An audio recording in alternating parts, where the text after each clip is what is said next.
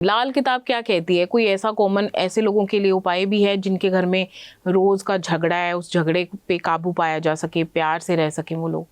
देखिए, सबसे पहले तो शादी होने से पहले कुंडली मिलाना बहुत ज़रूरी है। अच्छा। और कुंडली में सिर्फ गुणों को देखना ज़रूरी नहीं है। ज़्यादातर देखा जाता है कि 36 में से 36 गुण मिल गए, 20 मिल गए, 30 में। मैंने अपनी लाइफ में 36 में से 36 गुण कई बार काट दिए, मना कर दिए कि यहाँ शादी नहीं हो सकती। उसका रीज़न बताया तो वो समझ गए। कुंडली के अंदर अगर सिर्फ गुण ही काम करेंगे तो ग्रह कहाँ जाएंगे, कुंडली के 12 घर कहाँ जाएंगे। शादीशुदा जीवन को बेसिक तौर पे चलाता है चौथा, सातवां, 12वां घर। अच्छा। चौथा खाना है अपने पारिवारिक सुख का, बिगड़ेगा तो घर में क्लेश हो जाएंगे। अच्छा। सातवां घर सबसे जरूरी इस मामले में, क्योंकि वो गृहस्थी का खाना है, पति का है, पत्नी का है, डेली इनकम ऑफ सोर्स का है। अगर वो बिगड़ेगा तो ये चीजें बिगड़ेंगी। 12वां घर मियाँ बीवी के निजी सुखों का है। अच्छा। इसलिए कुंडली के अंदर 4, 7, 12 इन 3 घरों को दोनों की कुंडली में देखना जरूरी है। और उसके बाद अगर फैसला लिया जाए तो शायद क्लेश कभी भी नहीं होंगे। लेकिन जिनकी शादी हो गई है, आप जैसे बोल रहे हैं कि दिक्कतें आ रही हैं, वो क्या करें? सीधी सी बात है कि पहले तो कुंडली दिखाकर जो उपाय बनते हैं वो करें। नहीं तो सबसे बढ़िया चीज शुक्र को अच्छा कर लीजिए। अच्छा। शुक्र को अच्छा करने के लिए क्या करें?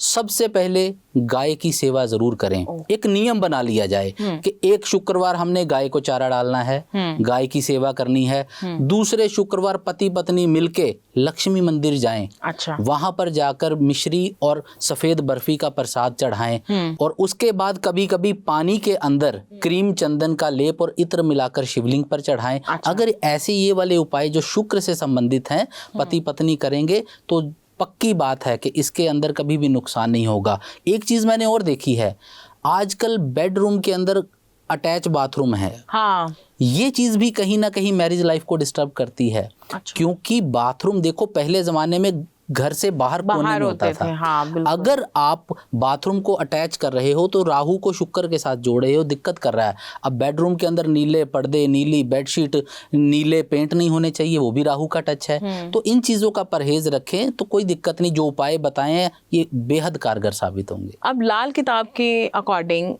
जिनके घर में बच्चे नहीं हैं या जिनको किसी वजह से बच्चे नहीं हो रहे हैं, होते हैं, उनका मिसकैरेज हो गया, किसी को कंसीव ही नहीं हो पा रहा है, तो बहुत सारे ऐसे कपल्स हैं जिनके घर में बच्चे नहीं हैं। तो लाल किताब क्या कहती है? पहले तो अपना राशिफल जैसे कि आपने बताया कि वो बनवाएं ताकि पता चले कि उनको दिक्कत किस ग्रह की वजह से है। सबसे पहले तो वहीं से ही पता चलेगा। बट कोई कॉमन उपाय? हाँ। कोई देखो, इसके लिए क्या है कि एक बात को समझना जरूरी है, बृहस्पति विस्तार करते हैं। अच्छा। विस्तार का मतलब किसी भी चीज को बढ़ाना। अब हम यहाँ पर बच्चे की बात कर रहे हैं तो सीधी सी बात है कि वंश को बढ़ाने की बात कर रहे हैं। हाँ, बिल्कुल। तो बृहस्पति विस्तार करने वाले ग्रह हैं जो किसी चीज को भी बढ़ा सकते हैं। इसलिए संतान के मामले में सबसे जरूरी है बृहस्पति को देखना। अब कुंडली का 5वां खाना जिसे संतान का खाना कहा जाता है, वहां के मालिक भी बृहस्पति हैं, सूरज भी है लेकिन बृहस्पति भी वहां के हैं। लेकिन बृहस्पति को अच्छा किया जाए उसके लिए क्या जरूरी है? सबसे पहले तो ये देखा जाए क्या हमारी कुंडली में बृहस्पति का पितृ ऋण तो नहीं है। बृहस्पति का पितृ ऋण भी लाल किताब पितृ ऋण के बारे में भी बात करती है। अगर बृहस्पति का पितृ ऋण यानी कि खाना नंबर 2, 5, 9, 12 में जो बृहस्पति के खाने हैं उनमें शत्रु बैठे हैं तो पितृ ऋण है, अड़चन हो सकती है।